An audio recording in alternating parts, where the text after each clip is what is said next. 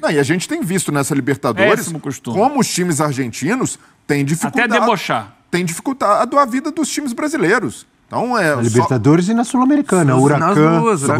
Eu fiz ontem até um post sobre isso, né? O 4-1 continua. São Fortaleza e Racing. Na baile. Racing ganhou. Huracan e Corinthians. Huracan venceu. Aliás, o Huracan no segundo jogo ontem acho que foi 5-0. 5-0 sobre o Racing do Uruguai.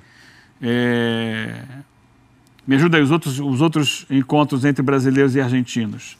São 4 vitórias. São Paulo e Talheres é o 1, né? É o único. São 4 vitórias de argentinos e uma vitória de brasileiro. É o 4-1.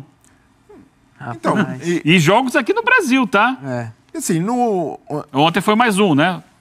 Flamengo e Central Córdoba. Mas faltando um agora para completar os 4. Mas por que essa necessidade de, no segundo jogo do Flamengo na Libertadores, de um time que está fazendo planejamento e o técnico está entregando até aqui o que prometeu, de falar que isso não serve, de falar que o planejamento não é correto? É preciso ter calma. Foi uma derrota. Uma derrota em que os seus protagonistas, seus atores, principalmente o Felipe Luiz, reconhecem muito bem o que aconteceu. E o que aconteceu, para mim, está pouco atrelado a planejamento e a campeonato brasileiro e mais atrelada às escolhas do jogo, as escolhas dos atletas, que não foram as melhores na hora de definir, e as escolhas do Felipe Luiz na hora de mexer, que o Flamengo estava em desvantagem. Eu acho que parte pela escalação inicial também. Não, lógico. O Flamengo tem tido bons resultados. Rapidinho, o outro confronto que faltou, que você citou aí, é o União Santa Fé, que ganhou do Cruzeiro. Ganhou do Cruzeiro, tá? Foi outro argentino. Continue. É a 4ª vitória argentina contra uma brasileira. Obrigado, Abel. Eu acho que parte da escalação inicial, sim, porque falei isso aqui na segunda-feira, né, Abel? Quando a gente estava avaliando a rodada do final de semana. O Flamengo com o Gerson é um, sem o Gerson é outro.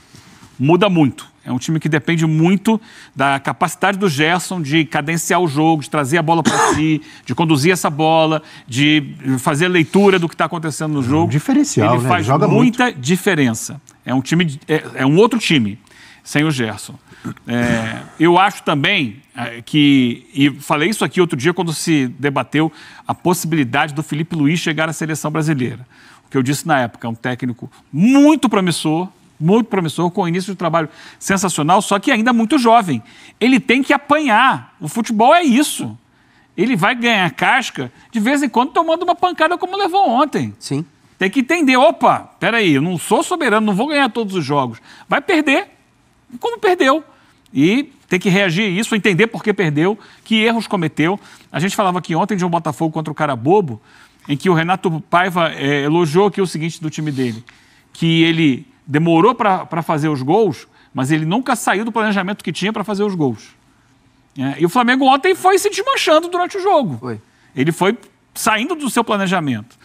E tem outras questões. O Flamengo ganhou do Vitória e o Flamengo tem tido, recentemente, uma dificuldade muito grande de fazer os gols. Ele cria situações contra a Vitória. Sofreu um empate, quase não venceu o jogo que ele poderia ter vencido com mais tranquilidade, porque dominou completamente. Contra o Táchira, foi outro time que precisou achar um gol para ganhar o jogo. Contra o Inter no Maracanã, ficou no empate porque perdeu vários gols. Tem sido uma equipe dominante em termos de posse de bola, presença no campo de ataque e tal, mas que tem tido muita dificuldade em traduzir isso em gols. Sim. Ontem voltou o Pedro, não dá para cobrar nada do Pedro, foi o primeiro jogo, depois de um longo tempo parado, voltou, entrou lá no segundo. Queria mostrar, sendo um clube tão grande, tão forte, com tanto investimento, com tanta estrutura. Também os parabéns ao técnico Omar De Felipe lá, que recentemente foi muito homenageado porque ele é um veterano da Guerra das Malvinas, né? Sendo de guerra. E ontem, ele foi soldado, ele era jovenzinho quando foi para a Guerra das Malvinas. Mas ontem ele armou uma estratégia de general. Ah, é? Estratégia de guerra. É mesmo, é? Estratégia de guerra. Ele fez algo que raramente o Flamengo enfrenta, que é uma marcação alta muito intensa. Que o Flamengo, normalmente ele sai lá de trás com tranquilidade. Os adversários morrendo de medo, já baixam a marcação, já ficam no campo de defesa esperando. Não, vou bloquear aqui para não dar espaço para o Flamengo. Ele falou, olha, perdido de 1, perdido de 1000, eu vou tentar. Ele tentou. subiu a marcação, especialmente no primeiro tempo. No segundo, não. No segundo, ele baixou a marcação. Mas no primeiro tempo, ele incomodou lá a saída de jogo do Flamengo. E foi assim que ele conseguiu os 2 gols. Ele consegue o pênalti, assim, e depois a falta que origina o segundo gol, que é uma especialidade, bola aérea, desse time do Central Córdoba. E o time com muita entrega, com muita valentia, disputando cada bola. Uma vez construindo a vantagem, começou a fazer o que todo mundo faz na América do Sul. Cai um aqui, cai outro lá, sabe? Segura mais um pouco. Aí a rede furou, teve que alguém lá parar a rede e tal, não sei o quê. E eles vão assim, não só ganhando tempo, como irritando o Flamengo, que se deixou irritar. E se deixou desarrumar em campo. Então, é um sinal. O Flamengo continua sendo muito forte, continua sendo o favorito, mas precisa entender que tem problemas a serem trabalhados e resolvidos. E, acima de tudo, precisa ter um plano para levar a cabo. Mesmo que não tenha o Gerson, beleza, se não tem o Gerson, a gente tem que, de repente, mudar um pouco a forma como o time joga. Como é que vai ser essa forma de jogar? E tem tido muita dificuldade nisso. Mas o Flamengo antes já foi dependente do Arrascaeta. Não tinha substituto do Arrascaeta, ele era o grande cara da criação. Ele ficou ausente, ali teve lesão, ia poupado em alguns jogos. O Flamengo conseguiu... Aí virou refém do Pedro. Arrefecer. Do Pedro, porque é um goleador, mas o Pedro se lesionou, também o Flamengo encontrou outras situações. No caso do Gerson, é pensar, é um cara que está no radar de seleção. Um cara que mesmo que troque de treinador e continuar jogando essa bola, inevitavelmente será convocado. Então, em algum momento vai precisar poupar. Então,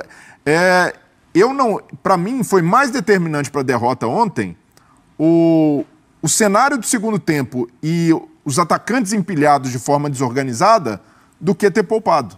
E isso, para mim, o ponto positivo ao menos o técnico não está brigando com os fatos. Assim, mas aí acaba sendo obrigado a usar o Gerson do mesmo jeito.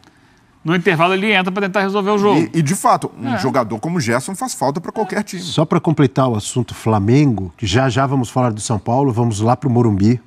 Nossa reportagem está lá com o André Donk. Uma visão que eu tenho em relação a Flamengo e Palmeiras. Falamos muito também de corneta, problemas com a torcida do Palmeiras em relação a Richard Rios e outros jogadores. E o Flamengo ontem com uma derrota, já muita gente fazendo escândalo.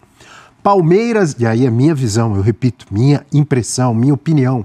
Flamengo e Palmeiras pagam, até pela competência dos dois nos últimos anos, ganhando títulos com grandes equipes, e quando não ganham título estão sempre lá disputando, a exigência aumenta e muitas vezes há um certo exagero de parte de torcedores de Palmeiras e Flamengo. Corneta tem em todo lugar, mas eu vejo que de uns tempos para cá há um exagero maior. Por exemplo, o Flamengo não perdia há um tempão, perdeu um jogo ontem, já tem gente fazendo escândalo, parece que o mundo acabou. Eles pagam esses dois, repito, pela competência deles nos últimos anos. Tem gente exagerando em críticas, na minha opinião. Tanto parte de torcida do Palmeiras quanto do Flamengo.